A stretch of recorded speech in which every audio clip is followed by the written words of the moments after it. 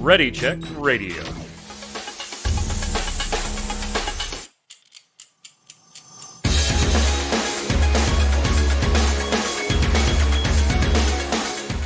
What's up, Internet? It's that time again. Welcome to Snowbound, the Blizzard podcast, brought to you by ReadyCheckRadio.com. I'm your host, Mike Byrne. We've got a lot of Blizzard stuff to go over, including 9.05. We were just going to say, hey, Blizzard went ahead and queued it up on their vendor, but it's not quite ready. But instead, right before the show, since we're starting late, we find out we know what's in it. And it's predominantly system stuff. But we'll go through all of it, and apparently we'll cover the show notes 4 or 5 times. According to the notes that my lovely co-host wrote, Mr. Dom Greco, a.k.a. Zista. What's up this evening, sir? How's it going? How you doing? I'm good. How are you? What do you got now? Doing well. Happy birthday to us. Having 2 show hosts' birthdays 1 week apart. Birthday cake. This is true. Yep. We are less than a week apart. Mm-hmm. That is, I do not have cake. I had a sandwich before the show. I had a turkey sandwich. I'll be having Disney cake. Wearing a mask, of course. Yep. Also on the line, Miss Angela Mercurio, a.k.a. Indy. How are you? Hi, I'm awesome, thanks. It was my plan all along to be late. Just be late because you knew that sweet 9:05 stuff was coming. I could sense it. You had a feeling. You just had a feeling. It's one of those things that you have a feeling. We're gonna get to that in a minute. On me. We're gonna get to that. You can always count on me to have feelings. Aw. It is Valentine's Day. It is almost Valentine's Day. We've got 5 days. 5 days. Love is in the air. Love is in the air, I hear. We'll talk about that in a little bit, too. But we've been talking in the last couple of weeks in our Blizzard news about their financials upcoming. If you've listened to previous shows on Spotify or you watch them on YouTube, we would appreciate it if you head on over to ReadyCheckRadio.com, RAIDEO.com. Follow all the socials there, and hell, even join us, twitch.tv/ReadyCheckRadio for a live show. Hang out and chat. Everybody's being, basically chat, so you can come and be chat too. We'd love to have you. So, and tell your friends. But on those previous shows, we were teasing that their financials were coming, and so they came, and guess what? They're doing pretty okay, Dom. They're doing just a little. They're doing pretty okay. So, in terms of millions, by the way, the outlook for the fourth quarter for Activision Blizzard was 2001 millions of dollars, right? They always break this down so the spreadsheet's not full of all these zeros, right? They came in at 2,413 million. That is a boat ton of money. That is 413 million above their outlook for Q4. Just a little bit. Yeah, 2020 did break the 8 mark we were talking about on the previous show. They did end up breaking the 8 billion mark. Oh my God. I mean, that is just so much stupid money. It's just so much stupid money.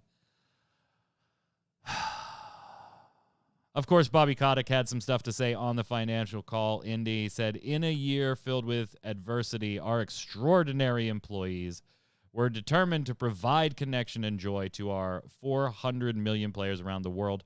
They accomplished this as well as generating record financial results for our shareholders under difficult circumstances, but with the same conviction and focus, they will continue to do so in 2021. And I can't help but think, if you were an Activision, particularly a Blizzard employee over 2020, particularly and even late 2019, those ones impacted by layoffs, you really just can't read that statement without saying, fuck you.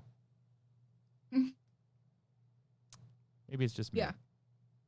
No, it's not just you. And I think this is totally we talked about this probably a couple weeks ago, and I'm like, yeah, this is probably what's gonna happen because everybody's home due to the pandemic. Blizzard's not gonna suffer. Their employees shouldn't have suffered because they're doing really well. I mean, this is if anything, the pandemic is like the era for gamers because we can safely quote unquote socialize and play together from the safety of our own little hobbit holes. Yeah, it's like a Yeah, catch and 22 I'm even for seeing me. a research in Go ahead, Zista. I'm even seeing a research in Call of Duty that I didn't expect. You Yeah. know, a lot of people are playing that, and that blows my mind. Yeah, 'cause, we were like, going to break it down a little bit. We weren't going to go into too much Yeah. that was outside of Blizzard's purview, but on the Activision side, Call of Duty premium unit sales went up 40% year over year. Black Ops 2, I think, was the last Call of Duty game I played. That was forever ago. Yeah, and average user spends are just up across the board in that game. And this is kind of like a catch-22 for me, like working in the gaming business. There are companies that I'm like, you know what? I'm glad they're making a lot more money and somebody is doing some good things, or at least having good things happen to them in the realm of a pandemic where lots of bad things are happening to awful lots of people. But then there are companies like this that I'm like, I don't really want them to be exceeding the expectations to this degree, because I know how budgeting for the next fiscal year works, and it's not going to be this way forever. God willing, it's not going to be this way forever. 2021 is going to be messy, right? We don't know if it's going to be 2 more months messy, a whole year messy. A lot depends on, vaccine rollouts and all kinds of stuff like that. But we know it's going to be at least partially messy. When you go into a year of, quote, normality, having budgeted for huge expectations off of previous year builds, which is what most of these companies will do, that invariably ends badly for line-level employees most of the time, Zista. Yeah, it's unfortunate. As Missy was saying, I think earlier in chat, she goes, "Oh, don't worry, they need more layoffs." Yeah. On the WoW side, I mean, we do want to look at this from a positive, right? Games we love are doing well. That's always a good thing. Teams that we appreciate what they do are getting to continue to make this stuff and be gainfully employed and hopefully not living under crunch and pain in the ass conditions. But so let's talk a little bit about the financials on the Blizzard side of things. World of Warcraft saw strong engagement across both the classic and modern game modes. The full year franchise net bookings grew 40% year over year, reaching the highest level in nearly a decade. So again, as we've talked about so often on this show, Indy, you really have to go back to Wrath of the Lich King to see WoW doing as well as it's doing right now. Yeah. I say this all the time, and there's a lot of people who disagree with me, but I believe the current content is the best they've done since Wrath of the Lich King. I'm not saying it's better than, but it's up there. Yeah. And then having vanilla also available, which to me isn't vanilla. I choose not to play it, but that's also enticing to a lot of people who didn't get to experience it. So I think on both sides, things are looking really good right now. Yeah, and you mentioned Classic on there as well. That's obviously Zista something that we're going to probably look for in 2021. In a couple of weeks, I would imagine we'll hear something official on this, but we'll probably look for another big splash in Classic as Burning Crusade is added to the server. Yep, 100%. There's not even a doubt in my mind that that's getting announced at BlizzCon. Yeah, no doubt.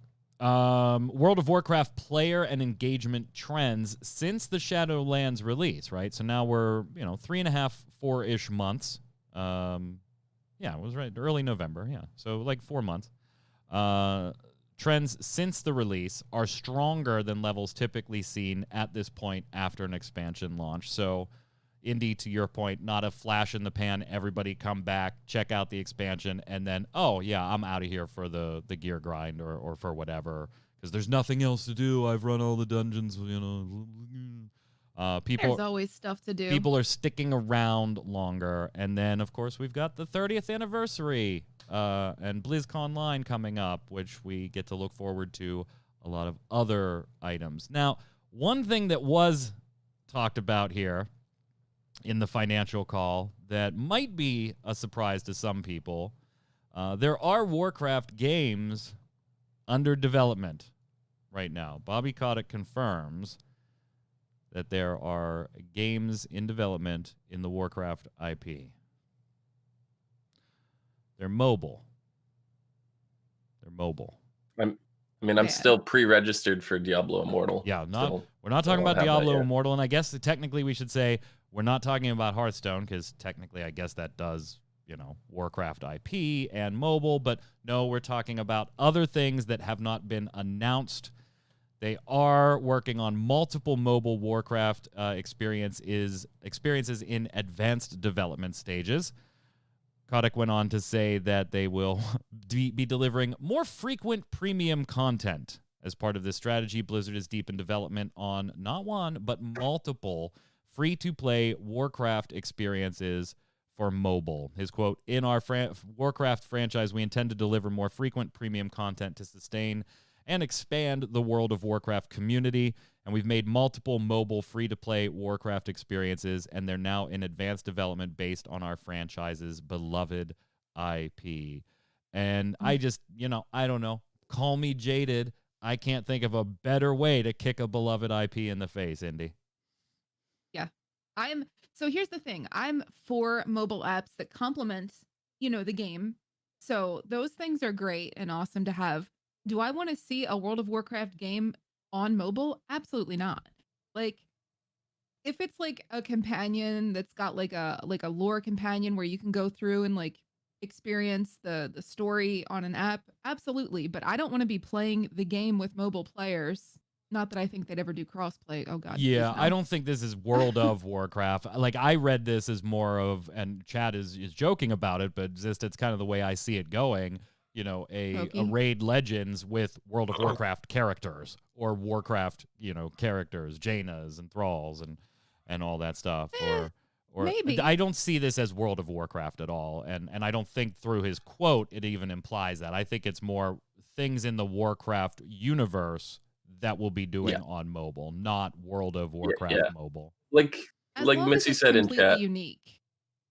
Yeah, like Missy said in chat, she wants pet battle mobiles. Like, I've been wanting that forever. Like, since pet battles were in the game, and then I think it was they came out in Mists of Pandaria, and then the next expansion was Warlords of Draenor, and Draenor had the companion app, so you could do your mission tables and stuff like that. And I was like, why can't we do this with pet battles? Like, I would play the hell out of Pokemon Go World of Warcraft edition. Like, that should have been a thing already a long time ago. If that's something that comes over, I'd be super, super stoked, super happy for that.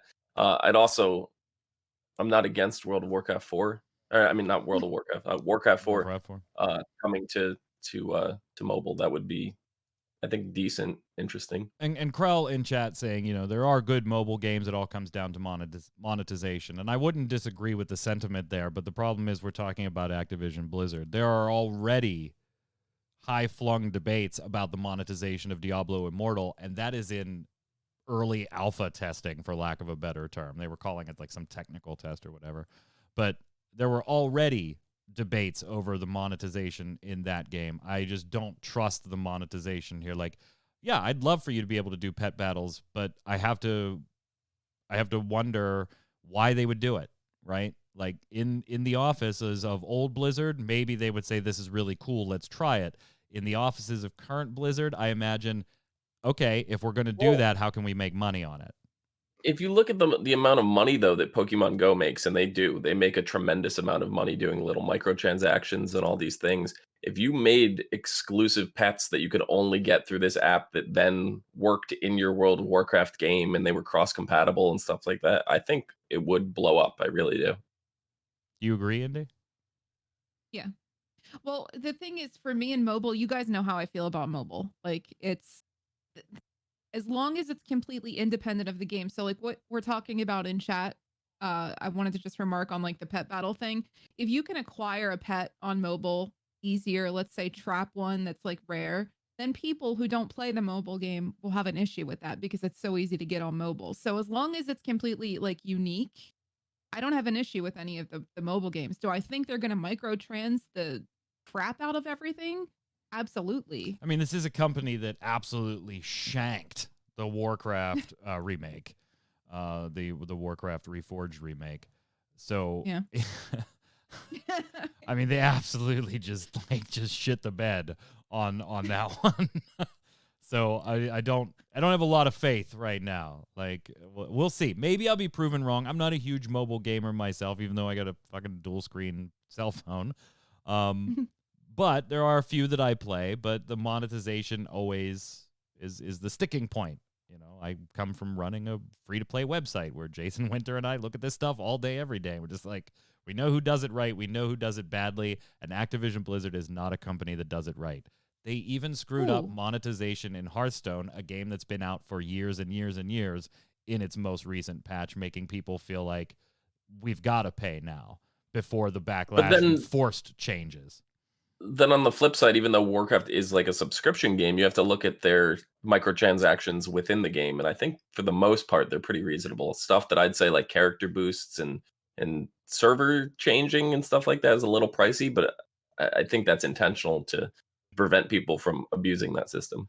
True, I'll give you that. But if World of Warcraft didn't have the subscription, I would expect their monetization to be far more egregious, because it's Mhm. just the MO of Activision sitting on top Yeah. of them. In chat, they could probably monetize the crap out of it, and I would even buy into this. You know how like these are old Fable games, but do you remember how they released the pub games because people enjoyed Oh, those yeah. little mini games within the game so much Yeah. that they released just those. So if Blizzard released the games within the game that you could do back in was it BFA, where you could do that little ley line puzzle thing and the Bejeweled one and all the puzzle games that you can do in the game, if they released that on an app and microtransacted that one, I would probably be dumb enough to pay money to play those because I love those games. Kiggles in chat bringing up, are subs even their main form of income from WoW, with you being able to buy subs with gold? Well, so on the subs with gold portion, somebody is buying that at first before it is purchased with gold. So I don't think you can say that detracts from sub income, because it's still sub income. Somebody is buying that thing. Yeah, somebody's paying for that token before they Right. put it on the auction house for you to buy with gold. But I would venture that the subs probably aren't the main form of income, particularly right after and for, let's say, the first year of an expansion, but they do become the sustainable income when you start getting into the long teeth of the expansion before the next one. So yeah, I would agree, Kiggles, that maybe, you don't look at the subs as the be all end all of the Blizzard numbers anymore, where during Wrath of the Lich King you absolutely did. And that era you absolutely did. But I think they are a big sustainability factor of, a year out of 2 years in each cycle at minimum. And Indy wants to know, Kiggles, if you will run a Mythic Plus with her. Speaking of the expansion, moving on. We were originally just going to let you know that, hey, 9.05, patch 9.05 has shipped to prepping stages of being released. We didn't know what was in it, but we were going to just kind of speculate on what could be in it, and does this still jive with us thinking that 9.1 will be, around the end of February into the beginning of March, as we all start hitting 40 in our renown levels and everything. But right before the show, we actually got details of what 9.05 contains, and the fact that it is now open on the public test realm if you want to go and check it out. And so here's the two big things, right? Kaivax taking to the forums to really say this patch is a little different. It's going to focus almost exclusively on systems responding to a lot of feedback from the community. Not going to be like huge content dumps of anything, but a lot of system changes, bugs, tweaks, and these two big concepts. The first, upgradable Mythic Keystone gear and the return of Valor Points. Kaivax saying, we've seen a lot of feedback about the pros and cons of the various sources of gear in the Shadowlands endgame. After a rewarding first few weeks, we know that many dungeon-focused players reached a point where the only relevant rewards from the system come from the Great Vault. While the Vault should represent a major goal and the source of the best rewards the endgame has to offer, we want to find a way for the loot from the chest at the end of a challenging Mythic Keystone run to feel relevant without bringing back random upgrade systems such as Warforging, which partially solved this problem in the past. We also want to provide a more consistent reward for the effort players who do not receive an item at all. Now, they go on to explain a little bit of the framework for how this is going to work, being able to initially only level your gear from a Mythic Keystone dungeon to 200, then accomplishing some things at higher difficulty to get them to 213 by running 10s and stuff, and then item level 220 by completing the Keystone Master achievement for all the plus 15s, so unlocking the ability to take them all the way up to the 220 mark. Currency used to upgrade the Mythic Keystone gear is Valor, which is earned from completing Mythic Keystone dungeons or by doing Covenant callings with a weekly cap. Upgrade costs will vary by item slot and will be consistent across all item levels. Yay or nay, Zista? I don't know.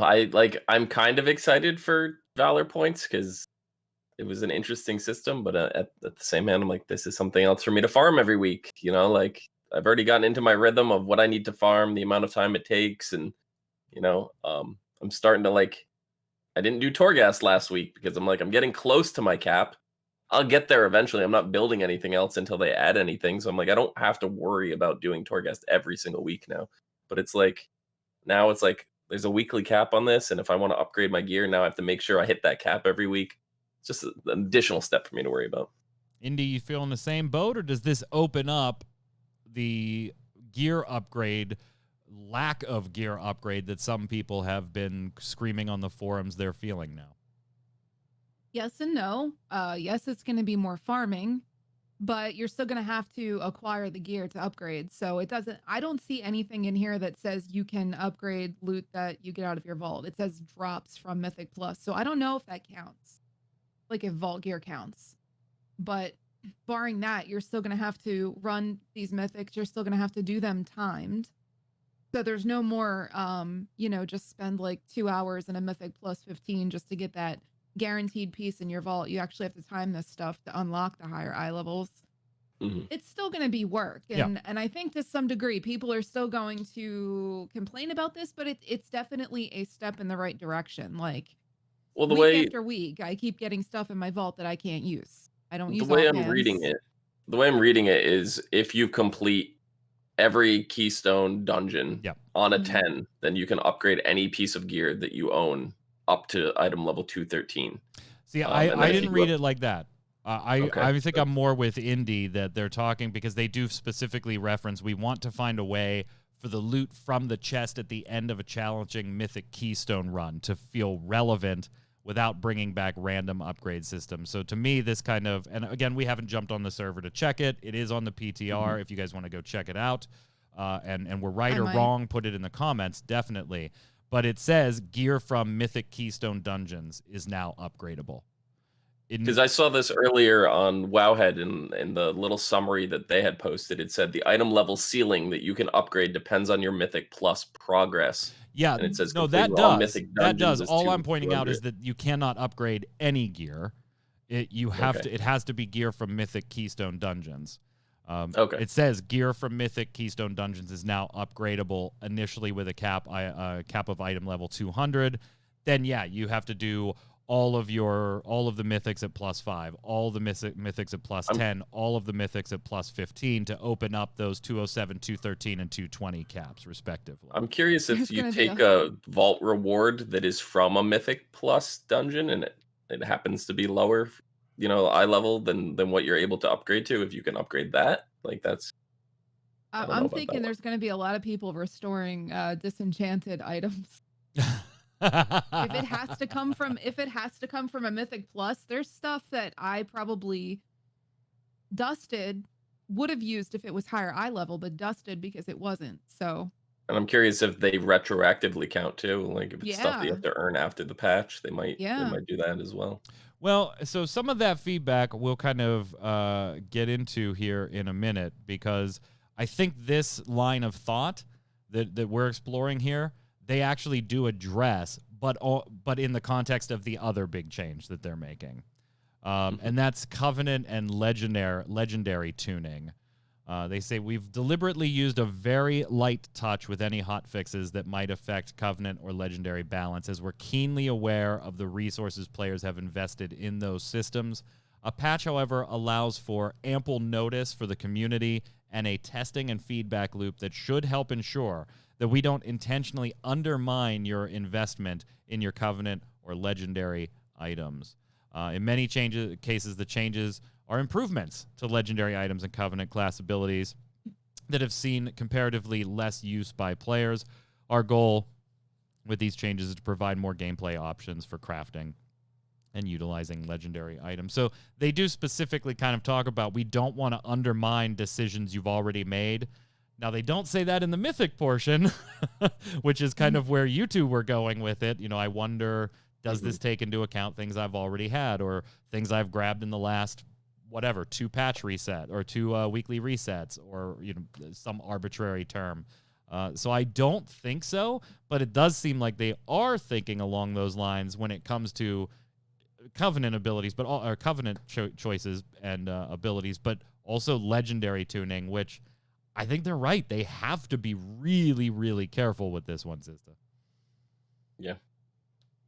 Yep, because it's interesting too. Because if you think about it, and it's not if it isn't retroactively upgraded, and then you disenchant something and then reclaim it from the mail, is that a new item? You know, like a new ID? Is it considered part of the new stuff, or they I don't know how that works. You know, like from a system standpoint. But yeah, that would flood the restore market. What is that? The ship of Theseus? Like, how many parts do you replace on the ship before it's no longer the ship of Theseus? How many times do you reclaim that bitch from your mailbox before it's no longer the mythic you picked up initially? It's a totally different piece of gear. Indy, I don't know. As somebody that's currently running, I think like 205 or 206-ish, right? I didn't check my vault today. I was really busy with work, so I got to hit the vault today. So maybe I'll be a point or 2 higher, maybe. Right? I need a fucking weapon. Really badly. I really badly need a weapon. This seems like okay. We're gonna talk about Anima later, and we're gonna return to this idea that I just feel like mythics aren't worth it. Like, the higher you go, yeah, okay, knocking out 1 Mythic 10 to ensure a nice drop in the vault at a 220. Great. That's fantastic. You know, and that's not a huge pain in the ass. But I don't know. There were just days that in World of Warcraft where I didn't care. I would just grind dungeons over and over and over and over again, and I loved every minute of it, you know, hoping for that drop. And while it always sucked not getting it, and I understand why we don't do certain things the way we did in the past anymore because the player base doesn't really want it that way, I still feel like high-end mythics, you know, let's say 10s and up, there's a huge not worth it problem for me right now. I still don't enjoy the timer. I'm going to contradict my usual opinion because I believe loot should be hard to get. I don't believe that the game should be this loot pinata like Legion was. I'll never forget in Legion, I was just randomly questing through a cave and I looted a chest and I got my Bis Legendary belt out of a chest for nothing but opening a chest. So when that happened, I was like, yeah, loot needs to be hard again. But to the point where we're talking about Mythic Pluses, you know, I ran a painful 14 this week and I got an offhand in my vault and I don't use offhands. So is it absolutely frustrating to do that, like, 1 high Mythic Plus that's like might be painful, might have horrible affixes for that one item, that one shot every week to get an item that might be an upgrade? I mean, it kind of sucks because I think it's been 3 or 4 weeks since I got something I could actually use. And then if you're just grinding the Mythic Pluses for a chance at loot every run, that's going to be a huge disappointment because actually timing some of these higher Mythic keys is incredibly hard.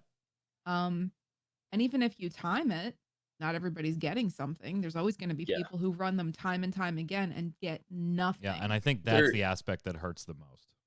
they're Yeah. definitely hard for the average player. A little bit like the above average player. Like I run sometimes with the guild group, and we have a little bit people under geared in one department or another, and it's a little bit of a struggle. And then I have some friends that run you know actual mythic raiding groups, and you go in and it's just like you take one tank, just their tank from that group, and it's night and day dungeon run. It's just like it's insane, like how one person can make in the entire difference on that. So um Pretty sure I I don't know. was I, just I I called think the out there. timers are I'm reasonable. not sure, but I feel a No, no, little no, I no. feel a little called out there, Indy. Like I'm why not did talking about Zista's example have to be a tank, Indy? Why Well, he because might the as well have last said one that I he might as ran well have was a said tank. healer, but The last one I ran with a mythic friend was a tank, and it was just like some of their strategies were insane, like stuff I never would have thought of, and it's just like Yeah. okay. And like they have the paths all mapped out. They know exactly which mobs to pull, which well, that not to does pull. help. If this gets pulled accidentally, that means we don't have to pull this later on. Like they have it all mapped out. And it's insane. And it's Yeah. just like those are the level players. You just get one of those players in your group and you're making that time, Well, because the unless like tank's kind something of outstandish happens. the tank's leading the way. They're Yeah. the leader, and if they know exactly what needs to get pulled and the group's just moving, that's definitely Yeah. helpful. Yeah.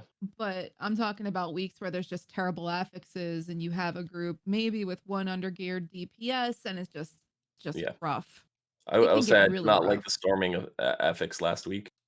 Not a fan. So let me It's ask you to this then terrible. before we move on to events that are running on, including the weekly bonus event. Let me just throw a hypothetical out there.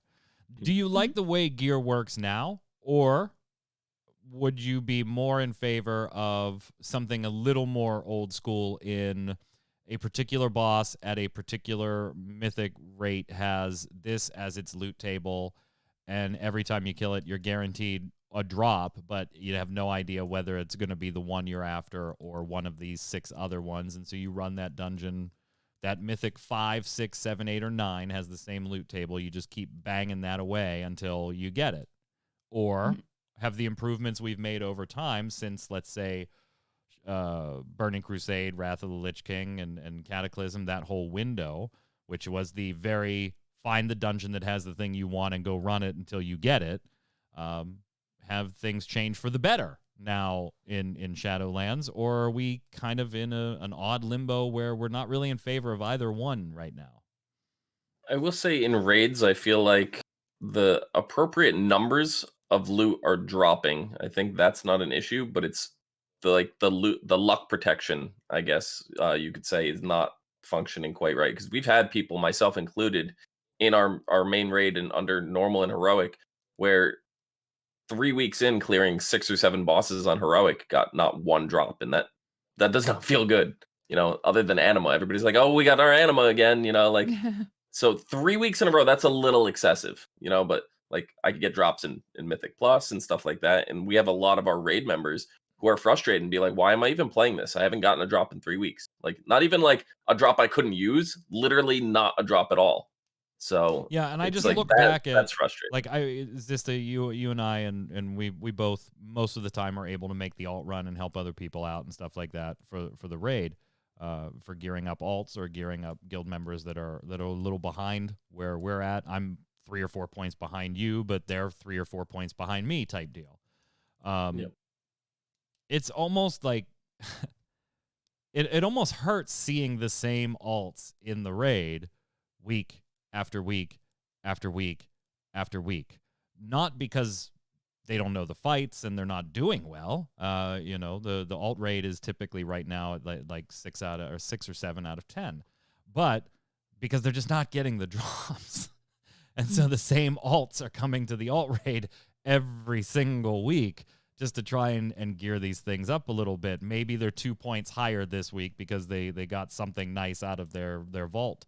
So I will I say don't the know. one system in this game that I miss more than anything is the loot council. Like we used that when we first formed this guild, and we were very like we had a very good council team, and we would actually take somebody random from the raid into the council every week. So like people got to rotate out, figure out how it worked, see how our system worked, how we talked and discussed and voted on things, and it worked great. Like everybody loved that system, and then it was like last expansion or the expansion before, they just wiped it out and said you couldn't do it anymore. And like I feel that really hurt because you get these people that are on a luck streak of like our Death Knight Rob who plays with us, and he's literally gone 3 or 4 weeks now without a single loot piece at all. And it's like we would take that stuff into consideration, and he would walk out with some gear occasionally. Like that's just not an option right now, and it hurts. Yeah, and there's nothing worse than going into a raid or challenging content already being pissed off, right? Yeah. Like already being in a that's bad not mood. even an option though. Yeah. Because And when then that changed, you're talking about, well, I understand that's not going to work for everybody because most people pug raid or join pre-made raids that are in the group finder and stuff like that. You're not going to have the level of trust or knowledge of other people to know how to distribute loot. But in pre-made raids, that's a huge advantage because you're literally distributing the loot to who benefits most from it. And then there's no issues. There's no wasted loot. There's none of that. So it's a shame that that's not an option. And I think that the issue with the Valor that I have is that you're grinding a currency that you need a piece of loot in order to use it for. So rather than using the currency to obtain a piece of loot, you need to go and obtain that piece that's so hard to obtain in the first place to upgrade it. It doesn't, and that's what I kind of laughed at looking at this. Like, okay, great, I can upgrade it, but I still have to get it. Yeah. And that's the problem right now, is the getting it. You might have a capped level of all these current. You might have like capped out on Valor, and you don't have the piece to upgrade. Like, what good is that? Right. Oh well, it'll be interesting. Check it out on the PTR 905, available now. And let us know. Put it in the comments over on YouTube or over on ReadyCheckRadio.com while you're in-game checking your great vault. I keep saying that so that I can remember to go check my freaking great vault after the show because I was very busy today. You can take part in a number of festivities. First up, we've got the Lunar Festival already underway, and then the Love is in the Air event where Zista is hanging out right now. What's that? That's the Love Rocket Dungeon right there. Oh, speaking of loot that doesn't drop.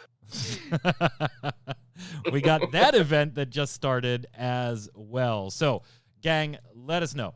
Indy, what should we be going for as new players, as returning players, as people who have not completed these things in the past? What can we look forward to in both the Lunar event and the Love is in the Air event? Well, I'm a huge event player. I got the What a Long Strange Trip. It's been a long time ago. So I used to enjoy doing these events, but some of them have really cute, unique rewards, titles. There's a seasonal boss in the Lunar Festival. I don't know what they drop, but we do know what drops in the Shadowfang Keep, and that is the elusive Love Rocket.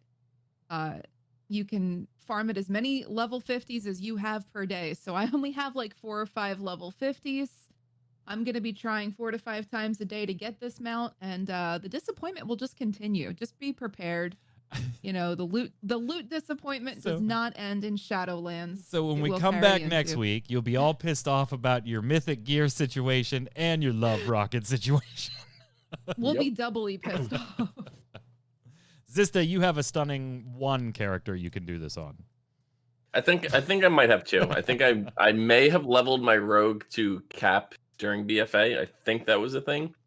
And actually, now that I'm thinking of it, I do have an Alliance Demon Hunter that was cap last expansion as well. So I might have 3.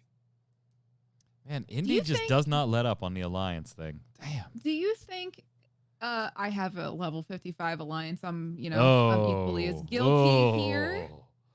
No, I just had to give her calls me a traitor for. Yeah, I know, it's cringeworthy. Do you think that they made it level 50 to farm this mount because they want people to buy boosts just to farm it multiple times? Does the boost go to 50? I thought it went to 48. Oh, does it? I don't. I'm off the top of my head. I thought it went to 48. Well, I'm in game right now. Let's see. Shop services. Either way, it would be kind of clever on their part to do that. Oh no, it goes to 50. Because Yeah, in you're right. previous years, Yeah, level 50. you could farm this at a much lower level. All you needed to do was be like level to mount, I think, or something like that. $60. Yeah. Do you think they're just trying to Son make of it a like a $60. Are you kidding me? like, That's how what I'm many saying. characters- Like some of the systems are excessive in here, but I think it's to prevent abuse. You know, like Oof. you don't want new players coming in and No, dropping don't money give me that shit. immediately. It is not that high price because we want to prevent abuse. That is not Because I it know at all. people I mean, there's pay- other reasons too, but I think that's part of it. I'm not saying it's the sole reason. I don't know if it's even on the list, brother. I think we'll have to agree to disagree on that one. If if they made it $5 that everybody Oh, would yeah. use it, nobody would level ever. Yeah. You know, so like it's part of it. That's what I'm saying. It's part of it. I don't know. We'll see. Bonus events this week. Pet battles. And we got the pets in Torghast event. Kind of works like the previous Torghast one where you can have the companion with you if you pick Don't you that particular turn animal. into it? Yeah, you turn into it this time. I'm talking Yeah. about being at the beginning. If you're presented with that and you take that anima option, you will change your anima options throughout the rest of the Torghast run. If you don't take the one that turns you into the pet, then you won't get the rest along the way. So it works like the companion event a few weeks ago. But I believe you could ride the players who do. Yeah. That's pretty sweet. So, yeah. Pretty sweet. Are either of you, you both mentioned pet battles. I mean, this is definitely the time to level them up if you need to with all the bonuses and everything going on. I still can't. True. I still can't do it. It's I do it just for like sake of having to world quest here and there. I'm not that into pet battles that I would literally do an event with.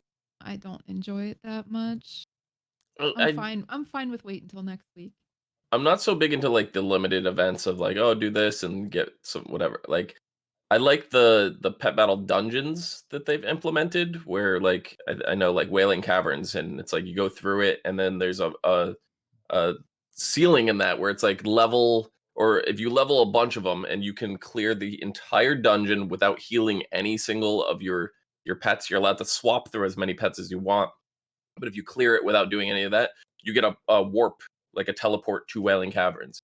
So like stuff like that I think is really cool, beneficial, and like gives you some kind of reward that's like out of the norm for doing that. But it's like at the same time, do I really need to teleport to Wailing Caverns? Right. Like, how often do you really need to use that one? And Missy, I swear to God, Missy is gonna like set on my desk on fire if I don't tell you guys this. Trainer Squirt is up on February 12th, Friday. Trainer Squirt up February 12th. She's only said it 9 times in the Discord today, and 140 times in chat before the show started. So, little Missy would like you to know, Trainer Squirt up 12th. Get leveling. Get your pets. Get them online. I have so many tokens. Do the right thing, that I people. could just max level so many of them. I'm just not interested. Indy, just do the right thing. Give me World of Warcraft Indy. pet battles Indy. on the phone, and I'll do it. Indy. Just Yes. do the right thing. Level them up. I'll do it. Get them there.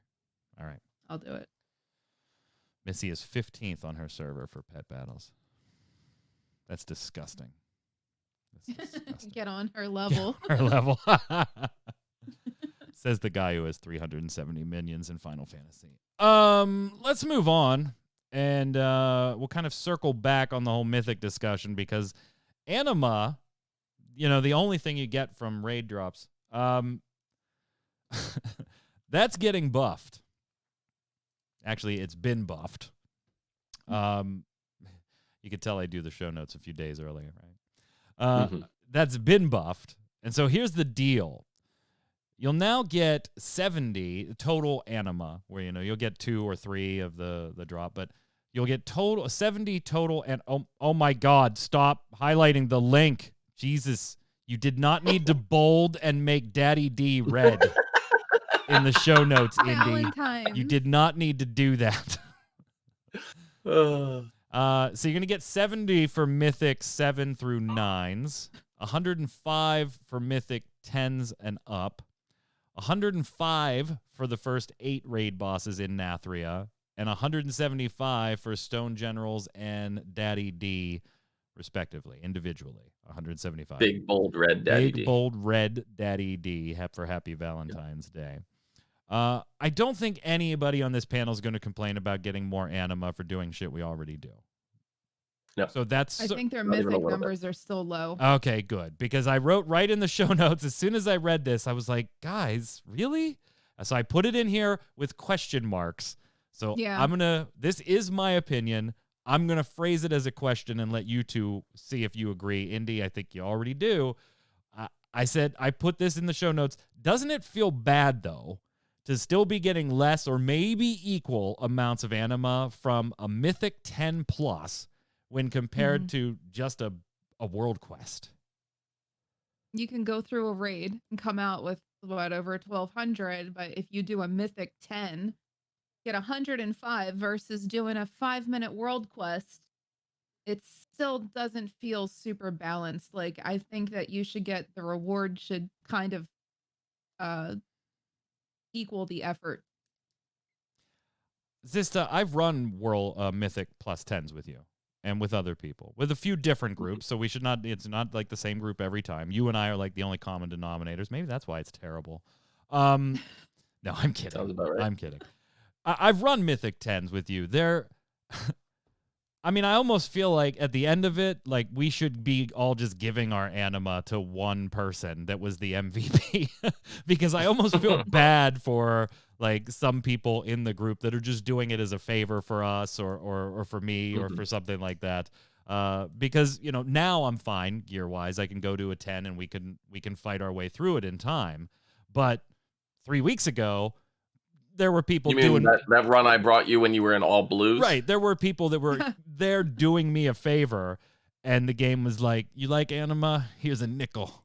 Here's a nickel, Who takes kid." a Back in my blue day, a gear nickel of tank to a anima Mythic was a 10? milkshake in a comic book.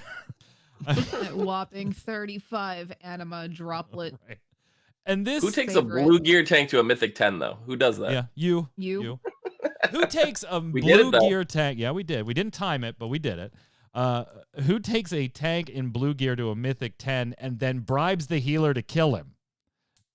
You. That is also true. That is That's me as also well. you. Also you. Yeah. I don't know. I feel like they really have to figure out anima.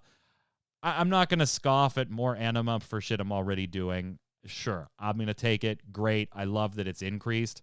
But objectively, Indy and I, we're on the same page. Where are you, Zista? To me, it still feels terrible doing 10 plus. I mean, and walking out yeah, with no gear drop and as much anima now as I could have gotten, or less that I could have gotten from taking 5 minutes and doing a world quest. It definitely feels low. And then for people like me who don't exceed the amount of weekly anima that we need, like, you know, if I get it through passive means, but I don't go searching for world quests that have anima once I hit that 1,000 mark, you know, it's like, it feels like we're low. Like I know I could be doing more to get it, but like I'm still sitting at, I think it's tier 3 for my mirror network in Revendreth. Like I want the portal back to Oribos. Like that would be fantastic, but you know, I haven't earned enough anima. I'm sitting at like I think 3K out of like the 10K that I need to do it. And I'm like, I'm sitting there mathing it out. I'm like, well, I'll have that in 7 weeks. That'll be good. So And I get where Omi's coming from in chat, that lore-wise, anima drought, you know, it makes sense. You know, I'm not arguing that point, but God, if gear feels bad and anima feels bad, and why the hell am I playing this? Yeah, because it's fun. I mean, the game's still fun regardless of gear and anima. I'm still having a blast actually playing the game, you know, learning the mechanics, doing stuff with my guild. But if I was just a solo player going through, I probably would have stopped playing a while ago. Yeah, this is definitely an expansion I think you have to be gilded for, or at least have 4 friends for. Yeah. Yeah. I mean, I hit a stone wall trying to pug things before I was like, all right, I guess I'll go join Zista Guild. Hugging is painful. I guess too, I have to. I guess I have to. No, I'm appreciative. I love all those people. Pugging is painful. Silent also chaos 'cause for you get- life, for days. It's a great way to stay in It's a shape. great way to stay in shape. Like Indy heals for days. That's all I do. That's all I do. Indy, you and I can just talk about this because Zista doesn't care, but did you watch MDI Cup 2 this weekend? Some of it. Not as much as Cup Uh, 1. I mean, I was so into the first one just because it was the first time I was watching that level of, oh, jeez. What? Somebody's nomming over there, just looking off into the distance. Yeah, he doesn't care. It's like when I'm on State of the Realm and they talk about PvP in Final Fantasy 14. That's He's smoke tuning break out time. because we're talking about the MDIs. It's, just enjoy your cake, boss. It's fine. Mm-hmm. I enjoy watching pre-made groups running mythics. It doesn't necessarily have to be the MDIs. I would watch it. I watch streams of it, I just enjoy seeing how people tackle some of these more unforgiving dungeons with a strict timer. Did you see how it ended? Like, did you catch Final Day? I know I I didn't linked the catch video and stuff, but did you watch it live? I didn't watch it, but spoilers are fine. I'm good with it. It was so exciting. So exciting. So remember MDI Cup 1, Yeah. it was Perplexed and Echo in the finals. Yeah. And Perplexed took it. And we talked about, like, is Echo on the down? Because they've been on a high for so long. Is like, this is a changing of the guard moment. And Perplexed comes in, right? So it was Perplexed against Echo in MDI Cup 2 in the semifinals. Perplex sends Echo to the down bracket. They beat him. There was a horrible mistake in the other side with Echo. Basically cost them the entire thing. They only killed 3 on the last boss, not all 4. Oof. And it just put them too far behind. They were just done That'll do after that point. Echo wins in lower bracket after getting bounced down by Perplexed. Echo wins 2-0 in the lower bracket to fight their way back to the finals against Perplexed. So Perplexed beats Echo to take MDI Cup 1. Come all the way around to MDI Cup 2, go to the semifinals, lose to Perplexed again, fight your way back up into the finals to go against Perplexed, a repeat of the MDI Cup 1 finals. Echo loses the first dungeon. Again, it was the other side. And then they win 2 straight to bounce Perplexed and take it. That had to feel so good. Like, it's a good story. It is, right? It was like, Yeah. I'm like, am I watching The Last Dance? Where's Jordan? I mean, he's got to be on this team somewhere. It was phenomenal. So this was happening on Sunday, though, right? Yeah. The same day as the Super Bowl. Yeah. Did it overlap? Yeah. Yeah. Do you think that hurt a little bit. viewership at all? A little bit. Yeah. A little bit. But it was super, super exciting to watch. Perplexed, obviously, they did them, Indy. They did their thing. Their loss was well earned by Echo. It wasn't like a huge Perplexed mistake that boosted Echo into winning, but that had to feel real good. So now they get the MDI Cup 2. So now, but we've only seen 2 teams in finals, and both teams have won one of those 2 finals. So it was definitely exciting to watch. Would you say it was more or less exciting than the Super Bowl? It was more exciting than the Super Bowl. More. Man, Mahomes it was kind of fun just watching Mahomes run for his life. I mean, that's all he did that game. Good Lord. It was just like, I still have not watched 1 second of footage. Running for your life, though. Right. Like, I'm so out of touch with the Super Bowl. I don't know who was in the halftime show. I don't even know what 2 teams were in it this year. Like, I didn't watch 1 second was of it. a joke. I didn't watch it. I don't know. I was busy sorting Final Fantasy TCG cards. I wasn't even watching the halftime show. There you go. Yeah, that's a dorky adult thing to say I was doing during the Super Bowl, right? I was sorting my trading card collection of Final Fantasy cards. I was getting ready for my next Final Fantasy TCG tournament. I'm an adult. I'm a grown up. Damina and my daughter Cassidy, they love the halftime show. So, but yeah, so I'm showing a little bit of the final round here with Echo and Perplex. It was fantastic. Like, I have not been into the MDI for a while. Playing these dungeons, obviously not at a plus 18 level, but at a plus 10, plus 11, plus 12-ish level right now. I am very much enjoying watching these teams. Little Missy gonna call me a nerd. You son of a! You are 15th on your server in pet battles, and I'm the nerd. You're our lore keeper for the segment at the end of our show where it's dorky lore trivia from World of Warcraft, and I'm the nerd.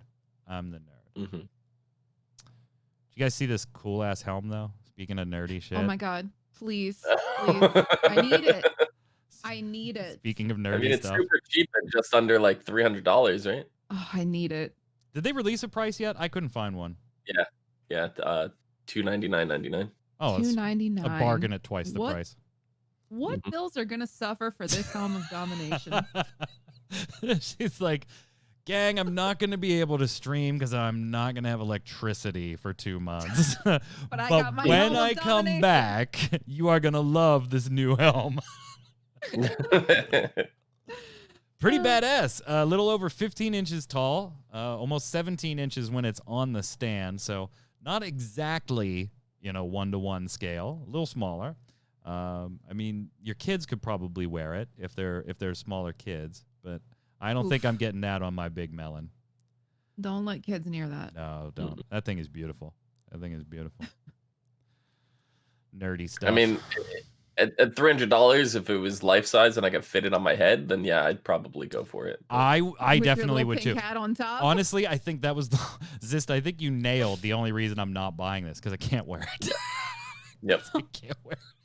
I know you might. You would have it set in the stream as like a point redemption, and every time you'd set it low enough that people would redeem it, and you'd be like, "Yes, Yeah. I'm wearing it." I'd be like, Would your glasses go over top of it though? "Oh, Or- I will surgically implant the glass on my eyes if it gets my head in that thing." or you can just wear contact lenses. No, they make those now. I was just gonna put the glass right on my eyes. Arthas is one of my favorite like bad guy video game villains. I would, oh my god, to have like a not cheap one of these that I could just sit there and wear. I'd raid in it. I'd do mythics in it. I'd play fucking Rocket League on my stream with it on. I wouldn't care. Today we're gonna play FFTCG on the stream. Why are you wearing an Arthas helm? Because I can. Because I own it and it fits. There. I'd play Rocket League without my head, says Jason. You would? That's what Jason says. Last few things before we wrap it up today. As part of the investor call, not part of the investor call, as part of a LinkedIn profile, might have leaked a little something that Blizzard is working on regarding some type of project by the name, at least right now, Fenway.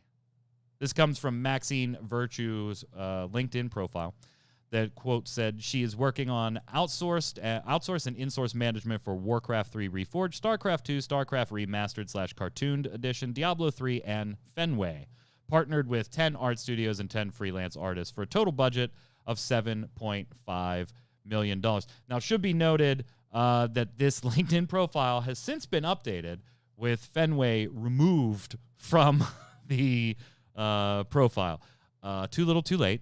They have wearable helms of domination for 167. No, they don't. Do they? Like, but see, I would want it. Is it like plastic or like? No, I mean, I would pay $300-$400 if it was actual metal armor, nice. I want Adam Savage to have built the damn thing.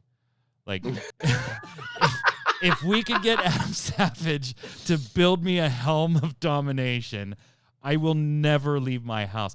I would go to work for my day job with it on Zoom calls. Well, and if you want to fire me, I don't fucking care. I'm going to nuke this entire town because you all have the Scourge. The one that's on the Blizzard Gear store is like 88% poly resin and it's like 6% alloy. So No, I want this thing to weigh 90 pounds on my skull. I just thunk. Like if there's pictures on this listing of people wearing it and it looks legit. Like if I had it, I want it to be so heavy. If I had it on and jumped, I would give myself a concussion as it went up and came down. That's how sturdy I want this sumbitch. Okay. I saw like this tremendous cosplay of this thing. It was one of those YouTube makes it Adam Savage type things. And it was very, very cool looking, super cool looking. They were like, we got it down to 70 pounds. And I was like, what's the fun in that? That thing, if I don't limp from wearing that armor, no, it doesn't work. It's not real. Anyway. So it's not worth it to you unless it causes like neurological damage. Mm-hmm. Yeah. Okay. Well, I mean, I didn't say I was going to jump in it. I just said I want it heavy enough that if I did, I want the helm to dominate me. Get it? Well, you know what it did to Arthas, so careful what you wish Zing. for. Anyway, Maxine went ahead and took Fenway off of her LinkedIn profile after this was reported. I would love to think that this is something new, but if I had to guess, this is probably a code name for the Diablo 2 remake. That's just my take on it. I'd love for it to be something new that I don't know about. I don't want it to be one of the 2 cell phone things we know are already in the works, but I guess it could be that too, Zista. Well, the other track record she hasn't worked on any of the any mobile games whatsoever. So, but she I don't has see been that, on the Reforged part of things. So, yeah.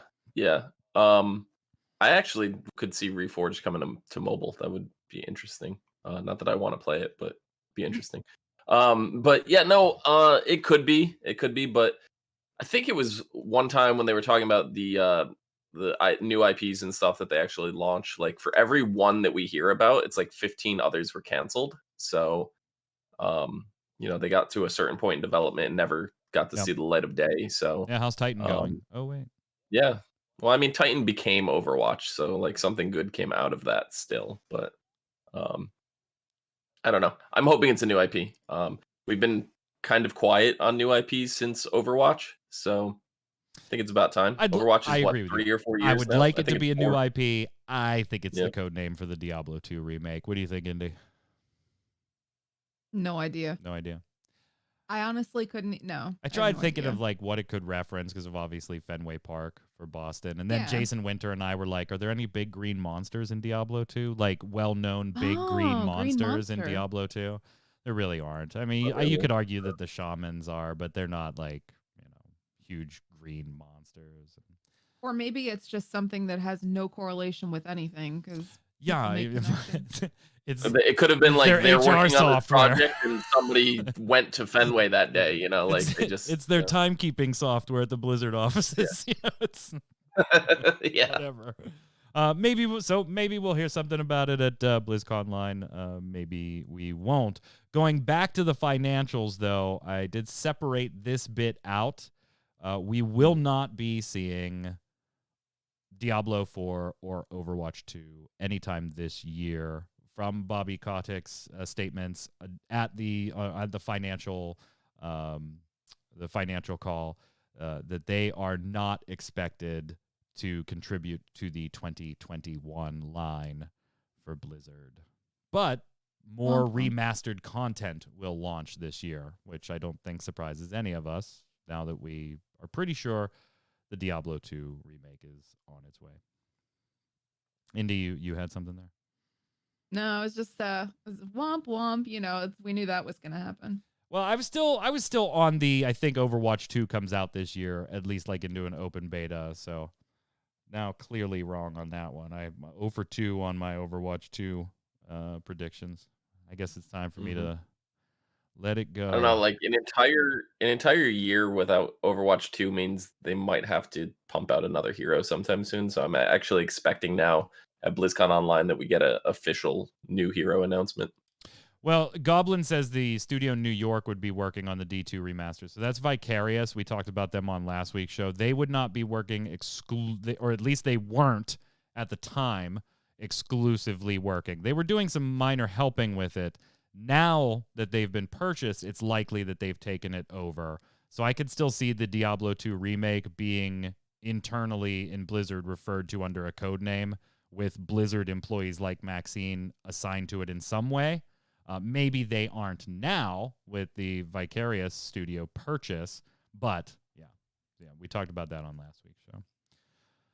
I want to ask you too, do you think there's a case here? So normally you see these types of, hey, you stole my idea, you son of a gun, and I'm going to take you to court because you stole my thing. But this one actually has copyright involved in it. So let me take you. I'm going to show you the pictures, but I'm going to take you down the path here on exactly what is going on. So the creator of a character, this is coming from Kotaku reporting, a character called Cade Janus, developed as part of a film pitch, is taking Activision, Infinity Ward, and Major League Gaming to court, accusing them of going behind his back and stealing the character for use in Call of Duty Modern Warfare.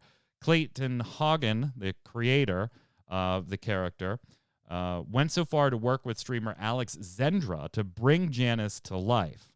Now, Haugen's suit alleges that when trying to draw attention to his work by publishing it on social media, Activision and some partners saw it and actively tried to work to get her into the Call of Duty game, changing her name to Mara, and going as so far as, and these are the accusations made in the suit, not accusations I personally am making, used Hagen's Cade Janus photographs as guides for how to frame their own imaging and photographs, hired the same talent who had posed for Hagen's Cade Janus photographs, asked the talent to ask Hagen for the same clothing and gear that she wore when he created the Cade Janus photographs, hired the same makeup professional who prepared the talent for Hagen Cade Janus's photographs, directed her to do the talent's makeup exactly as they had for Cade Janus, directed her to style talent's hair as they had for Cade Janus, even using the same hairpiece extension, and then photographed and three-dimensionally scanned the talent using the Cade Janus photographs as a guide. Now, here's the thing. We've always seen this, that looks like me, or that looks like something I drew or whatever. But here's the thing that makes it a little bit different, and I want your take on whether it elevates this a little bit, and Kotaku asked the same question. This moves from they stole my stuff to copyright infringement, because Hagen says he registered copyrights for the story in 2012 and 2013, and then his photographs, and I think that's the more important bit, in 2020. Do they have a case here? Activision, Infinity Ward, they going to have to pay out some cash here, you think? 100% there's a case there. So I'm showing like a kind of a Just template that has a bunch of the Cade character photographs, and then Mara. This one I think is really, really telling. Cade on the left and Mara on the right. Yep. It's a clear-cut case. There's a definite case there. And the fact that these photos existed before the replication happened, whether it was, in this case, sometimes it's unintentional. Yeah. Because somebody's inspired by something. That's why also we have fan fiction today. This goes beyond inspiration. This was somebody literally taking the like recipe for this character and recreating it with the same model, with the same gear, with the same, like everything is the same. And this is a definite case. And I think I hate people who copy, plagiarize, steal IP, and I think this is definitely stolen IP. So it's unfortunate for the person who actually came up with the idea, and I hope they actually win their case. I hate to say anything bad against, Zista, you just Activision. kind of nodding. You're like, yeah. Yeah, if all of that is true with the model, I don't see how you let this go to court if you're Activision. Like, if the model is like, yeah, Activision called me. They asked me to get the costume. They asked me for the hair extensions. They asked who did the makeup. They said do it the same. That's your star witness right there. If that model comes to court and says that all the things being alleged are true as Hagen says they are, and happen the way Hagen says they are, I think Activision is just like, we need to send this dude a check. We just need to go home, send this dude a check. Yeah. We'll pay him for his IP. Yep. Yeah. It gets dicey when you're talking about likenesses of a real person and stuff, but when you're stylizing it after, that's like if somebody was to cosplay as a character from World of Warcraft and then you create a character based off that person's cosplay, you're technically stealing the IP. Yeah, it's absolutely different if I see Indy as a character in some modeling work and I say, dude, I love the way Indy, that actress Indy, is modeling. I want her to come and model some stuff for me. That's totally different than Indy. I want you to come here and model this character for us, and I want it to look exactly like the last character you did. Then I'm not interested in Indy. I'm interested in the character Indy was playing and stealing that character. Yeah. But the clothes are different. Yeah, you're right, chat. The clothes are different. That'll be their defense. Look, ours wears green, yours wears blue. All right, we got to finish up here. Poor Jason's going to stream, and he's already half an hour late. Blizzard and Fanatics, not confirmed yet, but seem to be ending their relationship as far as exclusivity in the esports merchandise and clothing line. Gotta say, I'm kind of glad. I wasn't a huge fan of the Fanatics merchandise, and if you go to Reddit or other places, I am not alone on this. Although Blizzard hasn't announced anything officially as far as ending the partnership, most reports are saying that it was pretty mutual, and they have officially said on the Overwatch pages, at least, that Overwatch teams are now going to be, at least in the short term, responsible for marketing and working with whoever they want on sports merchandise. So that seems to indicate that, yes, these reports are true. It just hasn't been officially announced that this partnership has ended. I don't think there's anything we can really debate or discuss on that. I just thought it newsworthy to bring on the show. Do you like buy esports merchandise? I do have a jersey for the Pittsburgh Knights, but it wasn't. I will say that during season 1 of Overwatch League, when the Shanghai Dragons, I think it was, when they were not winning a single match, like they had the longest losing streak ever, I almost bought a shirt for them, but I didn't. That was the closest I've ever come, though. Jason says he bought an owl jacket, but only because it was 75% off. Was it Fanatics? And if so, were you happy with it? While you answer that in chat, the last thing, hey, Crash Bandicoot 4 is coming to the battle.net. Oh, it was season 1. Okay. The battle.net launcher in March. So getting a little bit of flavor in there. Zista, you seem to think this is part of a bigger plan. I mean, all I can say is it's about time.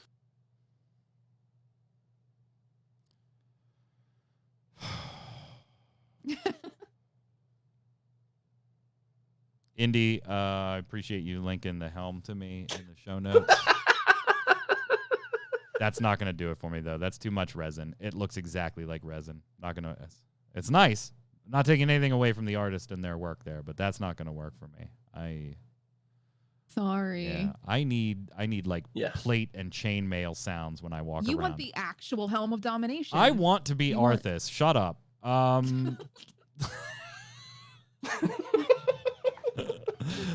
Let's go to Lorelai's.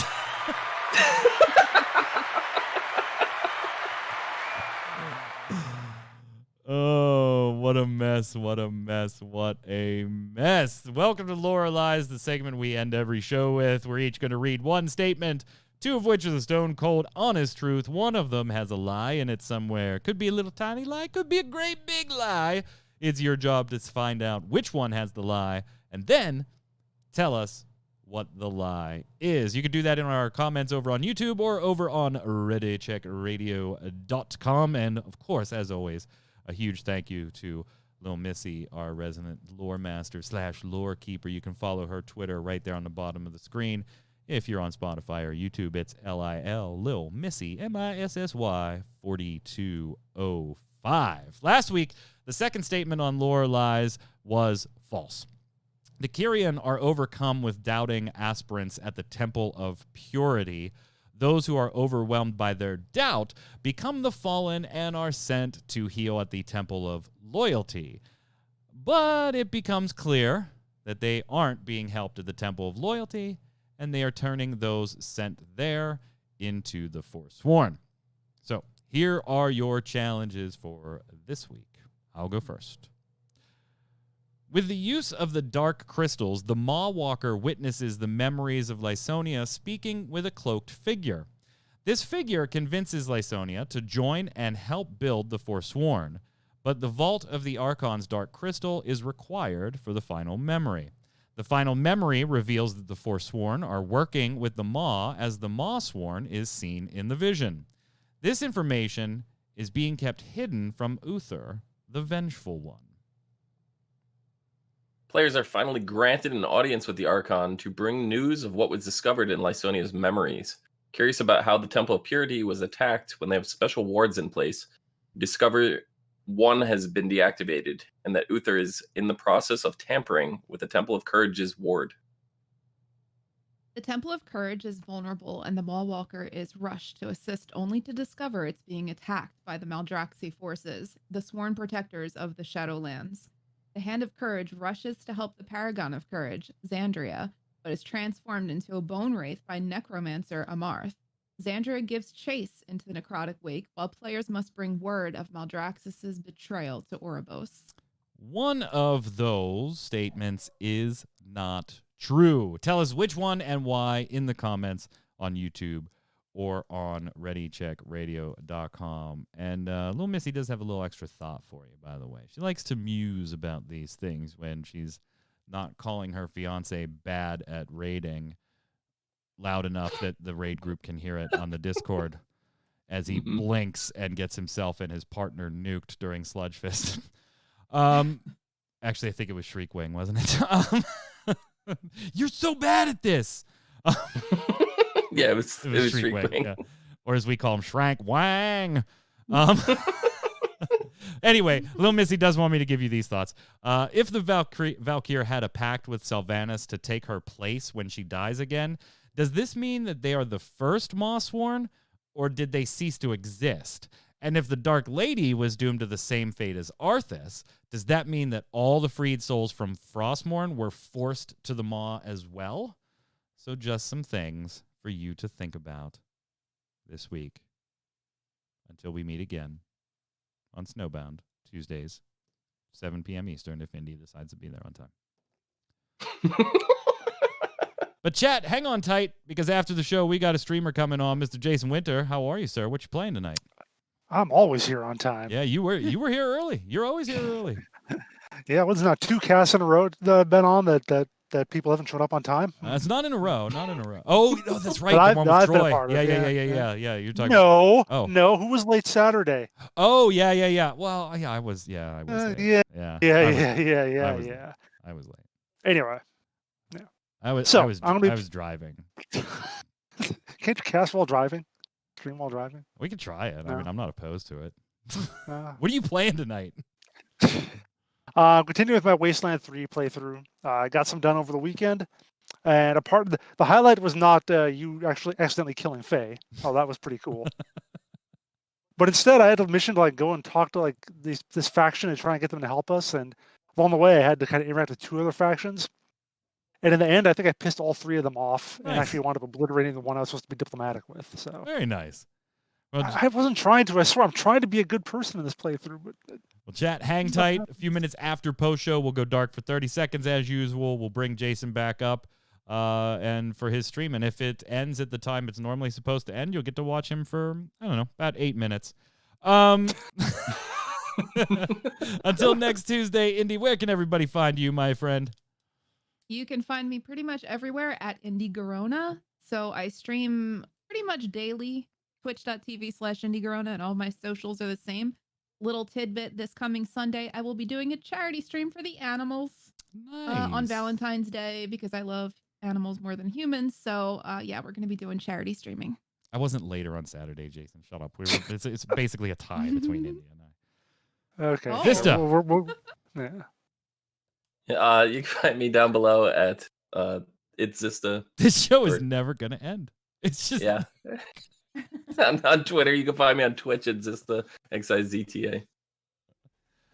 I'm Mike Byrne. You can follow me personally. I mean, if you want, whatever. At MagicMan1 on Twitter. I'd really like it if you'd follow at RC Radio. But you know what? I mean, if you're not feeling up to it, I'm going to remind you next week to do it. Stay safe, and we'll see you on the servers. Dear Lord. Yeah, I got it. I just don't want it.